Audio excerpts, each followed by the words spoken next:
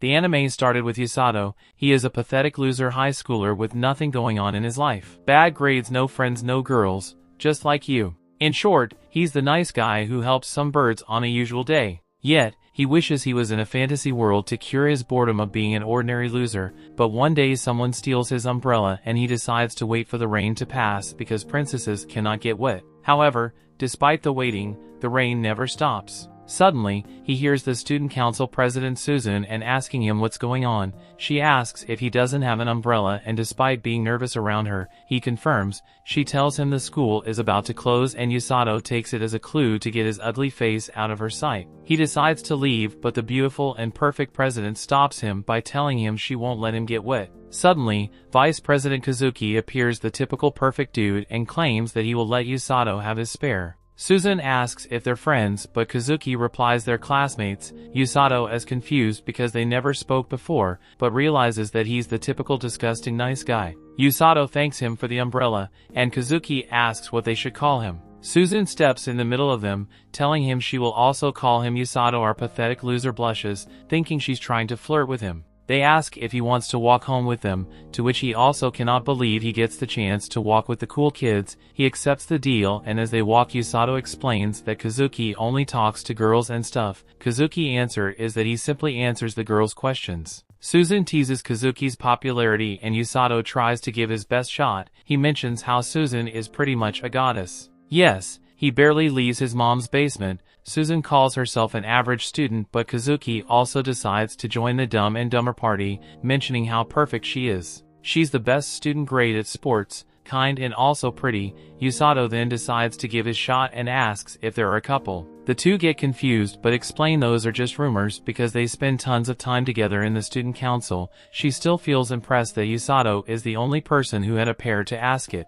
Susan asks if Usato has some plans for the future, but he plans to stay in his mom's basement. Kazuki mentions that she asks the same question to everyone. Susan replies that she's just curious because she has none. Usato asks why she doesn't, and she reveals that she doesn't have any because she accomplishes all her goals pretty fast. She reveals that for that reason, she feels isolated and doesn't think she belongs to this place, but Usato thinks that they're quite similar as they feel the same thing about their lives. Suddenly, Susan and Kazuki heard a bell and stopped. Usato is confused and asks what's going on. Kazuki asks if he heard the bell, but Usato doesn't. They hear the bell again, this time even louder, but Usato still cannot hear it. He gets closer when suddenly a magic circle appears under their feet. Kazuki starts to freak out, but Usato spits some facts. They're being summoned to another world. Kazuki thinks that this loser is crazy, but Susan's reaction shocks them. She's smiling while asking if he means that they will reach a place full of magic monsters and heroes. In those last moments, Usato is impressed about how Susan has a thing for that stuff. Seconds later, they open their eyes to find themselves inside a strange room. Upon looking around, they see a random geezer sitting on a throne. Usato is confused about this place and its people, but Kazuki doesn't know. He then looks for Susan just to find her hyped and smiling because this is another world. He thinks she just went bonkers. The old geezer sitting on the throne is happy they managed to wake up and stuff, but Kazuki arrogantly asks, "What is this all about?" The geezer introduces himself as Lloyd, the king of Linger. Kazuki is confused, but Susan is happy about it. The king explains they have been summoned as heroes, which makes Susan even happier. The king explains the same garbage as always as a demon lord who resurrected and is currently raising its armies. The kingdom has been attacked for the past 2 years, but they barely survived. Their last hope was to the forbidden spell to summon heroes from another world to fight against the guy who was cheated on by his wife. Susan is always acting ecstatic every time she hears something new. However, Kazuki gets mad and tells him to stop kidding. He literally calls the king selfish for dragging them here and doing the dirty work. He asks them to return them to their world, but the king explains that's not possible because the summoning only works in one direction. Kazuki continues his Karen mode, mentioning they all have families and stuff. The king replies they are desperate, but Kazuki couldn't care less. He gets angrier, but the soldiers point their arms at him. Usato tries to calm him down, and Kazuki finally follows some good advice. The king walks forward and kneels in front of Kazuki, promising to find a way to send them home after the job is done. Everyone else also kneels, and Susan asks the king why he is calling them heroes. The king tells his mage Welsi to explain. She reveals that the summoning spell seeks people who have the potential to become heroes. In short, everyone with that potential will hear the sound of a bell ringing. Susan and Kazuki understand that condition but then remember that Usato is different. They ask if he truly didn't hear anything and he confirms, which means he got here by accident. His parents didn't want him nor this world, just like you. They then go into Wellesley's room to check their magical aptitude. All they need to do is touch the crystal ball and they will find which magic they can use. Susan becomes all hyped out while Wellesley starts preparing for the test. Meanwhile, Kazuki asks Usato if he's alright with all of this. Usato says it's fine as Wellesley already told him he could probably still use magic despite not being able to be a hero. However, Kazuki is talking about being summoned to this world against his will. In his case, they didn't even want him. Usato dismisses it because it's all he wanted. Kazuki thinks that Usato is pretty chill about it, but he mentions that Susan is the odd one. They look at her being a typical weirdo and think that's true to the point that Kazuki thinks this is her being an optimist. Usato knows this is not the case, but they suddenly see the crystal ball glowing. Wellesley made all preparations and told Susan to start her test. She happily touches the crystal ball and a yellow glow appears. Wellesley explains that this means that she can use thunder magic, but she also has a huge amount of mana. Kazuki thinks that Susie looks happy, but deep down Usato knows this magic fits her fantasy dream. Kazuki then touches the crystal ball and it turns white. Wellesley explains he has a light attribute. Susan becomes all hyped up telling him to use a laser beam and stuff, but Usato tells her to stop being a nerd. She gets annoyed that Usato cut her off, but she then reveals that she likes that in a man. Usato feels shattered. He thought of her as the perfect girl. Turns out she's a freak. Wellesley explains that light magic is the strongest attribute because it counters the Demon Lord. Usato decides to try it too, but there's a flash of green. Susan and Kazuki think that's a beautiful and calming color and ask Wellesley what is that attribute. Yet, Wellesley is freaking out. She grabs Usato's hand and runs back into the throne room. The king is confused but asks if they already checked their aptitudes. Wellesley confirms mentioning Kazuki and Susan's huge potential, but there is a problem: Usato. The king laughs while asking if he has the power to control darkness or something, but he's shocked when he learns the crystal turned green. Wellesley explains his attribute is extremely rare, but the king tells her to shut up and not say it. Usato is confused, thinking his attribute is bad. The king starts to plot, mentioning they must take Usato as far away from the castle as possible. However, he doesn't think there's any safe place. Maybe they should hide him in town for a while. Meanwhile, a woman is walking in the hallway. The king tells his guards to make preparations, but Usato says that he doesn't understand what's going on. He asks if he's dangerous and if there is someone else with his attribute. The king freaks out as he replies yes, but that person is bad news. Suddenly, the woman walks into the throne room scaring everyone. This is the person the king was talking about. She asks the king how the summoning ritual went and if the heroes are already there. The king tries to play it cool, asking if it isn't her off day. Yet, she refuses to take any off days. She then notices Usato and asks if he's the hero. Usato gets scared and crawls back, and the king explains he was summoned by mistake along with the heroes. He calls Usato an average pleb, but she clearly notices the king is sweating. She asks for his name and introduces herself as Rose, the captain of the rescue team. Yet, Usato clearly knows that she looks like someone who should be killing, not rescuing someone. While she intervenes, mentioning the heroes are waiting by the crystal ball and tells her she will take Rose there, Rose accepts that and prepares to leave. The king feels relieved everything went well and tells Usato to rest while they figure out what to do in his situation. Usato accepts, but he wants to know what his magic attribute means. He stupidly asks what a green light means. Upon hearing those words, Rose stops. Everyone inside the room starts to freak out. Rose turns back and asks if he just said green. Usato confirms and she tells the king that she will be taking Usato with her. The king freaks out, telling Wellesley to get Usato out of there. Wellesley casts a spell creating a bubble around Usato, forcing him out of the castle. Yet, Rose smiles and dashes outside with her insane speed. Wellesley's bubble gets out of the window and tries to take him as far as possible outside the kingdom. However, Rose's speed and power enable her to catch up with him. She then punches the bubble, breaking it. Usato thinks he's done for. After all, there are no parachutes in this world, yet Rose manages to reach and catch him. She uses a statue to break down her fall and calls out the king. She tells him that she will turn Usato into a proper healer and walks away. The king shouts at her to return, mentioning that he knows that she wants to recruit more healers. However, Usato was summoned by accident. Rose ignores the king and continues walking. After returning inside, Wellesley explains to Susan and Kazuki that Usato was taken. They're worried he might be in danger, but Wellesley explains that's not the case. Kazuki wants an explanation. She reveals he was taken away from the castle to the rescue squad. She reveals that Usato's attribute is healing magic. Healers are rare in this world and Rose is one of them. Meanwhile, Rose is taking Usato under her arm to her base when a fox girl pays attention to what's happening. Wellesley continues to explain that Rose will basically teach Usato everything she knows. Susan thinks that's pretty normal, but Wellesley reveals that Rose's training methods are unorthodox, which means Usato will be living in hell. After reaching the base, Rose explains Usato has the potential to become a healer. He's pretty confused, and she reveals he will be living here from now on, and that's the reason she brought him. She then calls the rest of the members, but when Usato looks at them, he realizes they're literally a band of bandits. Rose tells them to take care of Usato, but they all look at him like serial killers. He tries to back away while scared in fear, but the guys introduce themselves,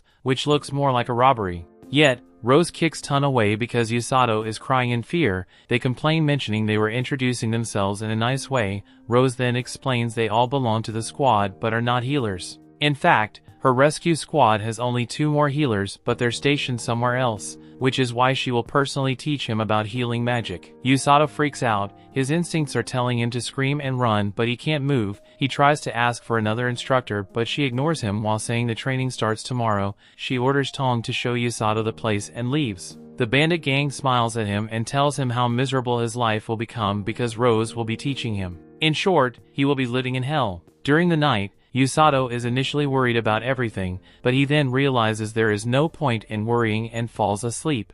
The story continues. We see Usato wakes up and realizes that it wasn't a dream and that he's really in another world. One of the guys comes to his room and tells him that he has visitors. He steps outside and meets Kazuki and Suzune, who are relieved that he's alright. He apologizes for worrying them and tells them he's still alive. That's until he remembers that Rose exists and that she will train him starting today, which means that he might not be alive tomorrow. The two are surprised about this supposed hellish training and asked if he's prepared. Kazuki confirms, mentioning he has nothing else to do, but this is also a chance to do something useful. Suzune is impressed by those words and reveals they will also start their training today. Usato mentions that he's curious about their training as heroes mostly because he thinks their outfits look cool. Suzune laughs it out, but Kazuki thanks him, mentioning that those words made up his mind. Usato is confused, but Kazuki turns to Suzune and promises to give his best in this world. As the two depart, Usato thinks that Kazuki had a hard time adapting to this new world to become a hero.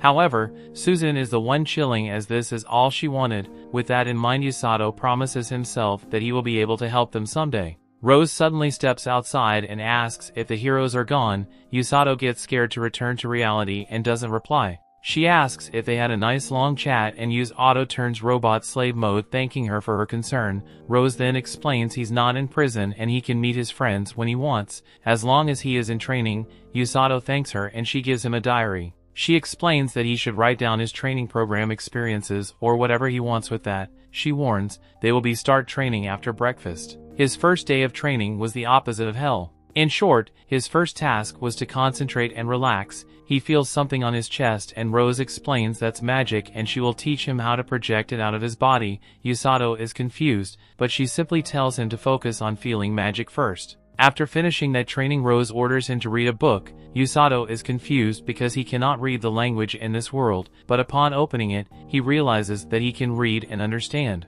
Rose explains that upon being summoned by the hero ritual, everyone has a translation spell cast on them. Using the images, Rose explains their current location and where the demons live. Usato realizes they're close to each other and she replies that Linger is the demon's first target. She tells him to read the book because he will learn about the world, nations, races, and demons. Usato starts reading it, thinking this training is easy. However, the second day was different as Rose forced him to run, which had nothing to do with magic. On the third day, he was forced to run until his body couldn't handle it anymore. As a result, his body gave up and he fell, but Rose got mad and asked him why was he resting. Usato explained that his legs gave up, but Rose slapped them with healing magic. He rolled around complaining about the pain until his dumb face realized that he didn't feel any pain at all. Rose calls him trash while explaining that she healed all his muscle soreness with magic. Therefore, he should start running once again. Usato gets up and runs for his life, but she tells him that even if he dies, she will heal him back to life just to make him run.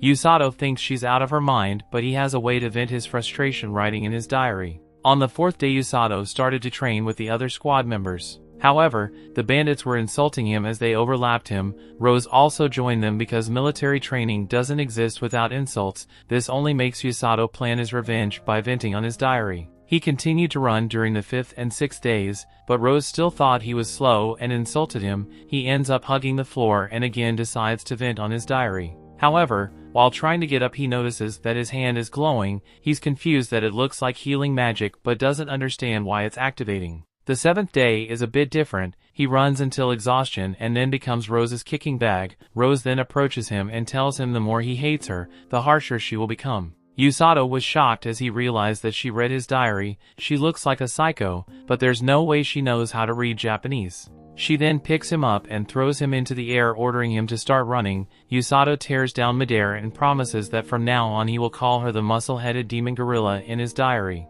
Days 8 and 9 were pretty much the same: run into exhaustion, get kicked, and repeat it for the whole day. However, without noticing, Usato was healing himself every time he got injured. He later realizes that he's using healing magic as second nature as he doesn't feel pain or injuries. He then realizes that he doesn't want to use healing magic because he needs to use it without being ordered. Usato starts running again. Things started to change on the 10th day. Since he now knows how to use magic, he can now run without getting tired. However, deep down he still had doubts if he could help Kazuki or Susan as he can only run. Still, he doesn't question Rose about it because he knows she will kick him again. Yet at that moment, she orders him to run 30 more laps and pick up the pace. Despite being mad about it, Usato promises that he will finish this training and show her who's the boss. That didn't last long, as the next day Rose added 1,000 push-ups to his training program. Usato knows he cannot do it by himself. That's why he continues to use healing magic to make sure his body can handle it.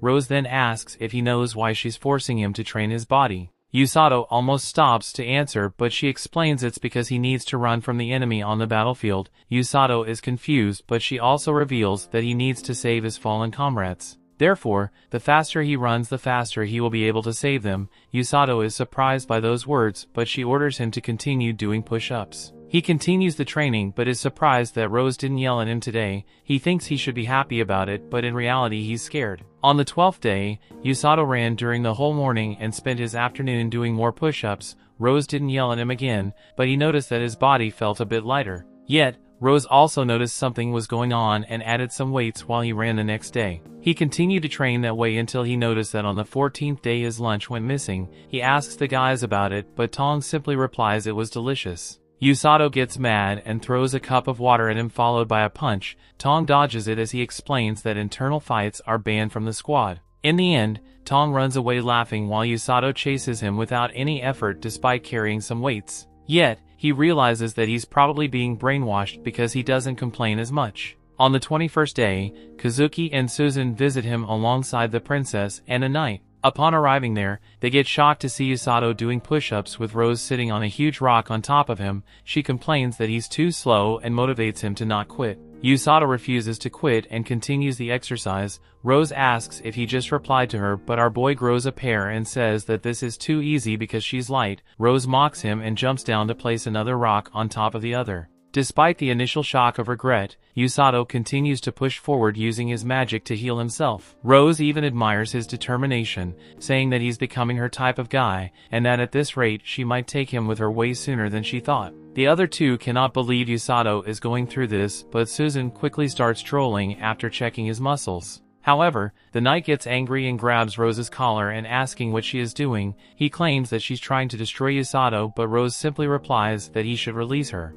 The guy holds on, but she grabs his hand as she tells him that he trains his knights however he wants, but she will use her methods to make Usato become her right-hand man, therefore she cannot go easy. The knight and Usato are both shocked by those words. Rose reveals that Usato is a catch. He hates losing, but what she loves the most is that he doesn't give up. Yet, Usato gets worried because this knight will probably make his training harder. Rose then orders him to take a break and have lunch. The knight then tells Kazuki and Susan to take care of the princess while he speaks to Rose in private. As they leave, the knight complains that the king ordered Rose to re-enlist despite his objections. Rose refuses to re-enlist, explaining that she misses one eye. While resting under a tree, Usato finds out that the guy is the kingdom's strongest knight. His name's Siglis. He is the one who's teaching Kazuki and Susan how to use the sword. Usato finds it impressive but turns to the princess asking who she is. She introduces herself and he apologizes because he was being rude. She tells him to be comfortable around her and Susan mocks Kazuki as he also reacted in the same way. Kazuki then asks if Usato's training has always been as bad as just now. Yet, Usato simply replies that today was pretty easy and asks about theirs. Kazuki replies that their training is hard. He explains that Sigler's teaches them swordsmanship while Welsi teaches them magic. However, they always consider their physical and mental conditions. Usato thinks that's normal, yet Rose is just built differently. Kazuki then apologizes, but Usato doesn't understand why and tries to get another slice of pie. Susan uses this chance to check out our boy's muscles. Usato gets shy, but she's all into his huge abs. Even the princess cannot contain her curiosity. Kazuki then continues explaining that he felt like Usato was having a hard time. Usato confirms that he had it really hard in the beginning and wanted to run, but he's fine now. They get curious and he explains that Rose scares him, but he doesn't feel like running away because he enjoys training and life here. Susan is impressed that he already found a place to belong, but Usato dismisses it, calling it being stubborn. He shows his healing magic and explains that they will be fighting as heroes, therefore he also wants to help with something. Susan uses this chance to flirt, telling him to save her when she needs it. Yet, Usato simply tells her it's too late to act like a normal girl. She gets mad, but even the princess agrees with him. Suddenly, Tong appears and mentions that he has Usato's lunch. Usato gets all annoyed and pulls his mafia face, questioning his attitude and smiling despite what he did. Tong also uses his mafia face, telling Usato to forget about the past. Usato gets up, refusing to forget about his missing lunch, and charges forward. Tong also pulls out his fist and they end up punching each other. The two start brawling in front of everyone, making the princess scared. However, Kazuki tells her it's fine as it seems like this is just a normal day. Susan confirms, mentioning that it seems like he's fitting in this world way faster than them. Yet, this motivates Kazuki to return to the castle and continue his training. In the end, there's no clear winner as Usato and Tong get bruised faces. During nighttime, Usato is chilling as he takes a bath and thinks that it is nice to see his comrades. However, Susan creeped the hell out of him, yet that made him realize that his body had changed. He realizes this is the result of training his muscles until exhaustion and healing them with magic. However, he remembers Rose's words that he needs to run as fast as he can on the battlefield and wonders if he can do it. He's still unsure if his determination can match his strong body. The next day, Rose throws him a bag and tells him they will head outside. The bandit-looking guys get worried as they reflect on those words and realize it's finally time. Usato gets confused, but Rose simply takes him to the castle gate and tells the guard he will be taking someone outside. The guard is wetting his pants and rushes to open them. Yet, Usato doesn't know about the outside. They start walking and he asks where they're heading, but Rose tells him to shut up and follow her. After some hours they reach a cliff. Rose reveals that ahead of him there's a forest called the Darkness of Linger, which is famous for having dangerous monsters. She then gives him his orders. He can only come home after killing a grand grizzly. Usato tries to refuse it, mentioning that monster usually becomes the strongest monster after 100 years, plus he doesn't know how to fight because she only taught him how to run. Yet, Rose gets annoyed and throws him into the forest. That brings the episode to an end. Thanks for watching. Want next part? Subscribe the channel and turn on notification bell.